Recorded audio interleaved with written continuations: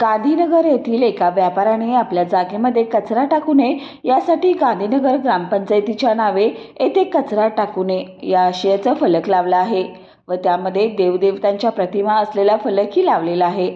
ही गोष्ट कळताच शिवसेनेचे करवीर तालुका प्रमुख राजीव यादव यांनी घटनास्थळी जाऊन त्याची पाहणी केली व याबाबत संताप व्यक्त केला। यावेळी गांधीनगर ग्रामपंचायतमधील सदस्यांना घटनास्थळी बोलवून याबाबत विचारणा केली असता ग्रामपंचायत सदस्यांनी सांगितले की असा फलक लावण्यासाठी कोणतीही परवानगी संबंधित व्यापाऱ्याला दिलेली नाही। त्या व्यापाऱ्याने परस्पर हा फलक लावलेला आहे।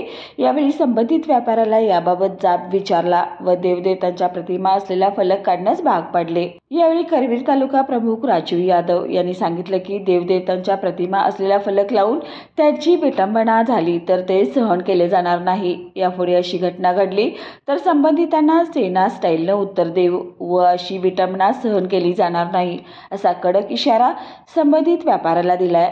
यावेळी त्या व्यापाऱ्याने याबाबत माफी मागून अशी घटना परत घडणार नाही असं सांगितले। पोलीस प्रशासनानेही अशा प्रकारे कोणी देवदेवतांची विटंबना करत असेल तर अशा लोकांवर कडक कारवाई करावी अशी मागणी करवीर शिवसेनेने केली आहे। यावेळी शिवसेनेचे करवीर तालुका प्रमुख राजीव यादव, वळीवडेचे ग्रामपंचायत सदस्य वैजूनाथ गुरव व ग्रामस्थ उपस्थित होते।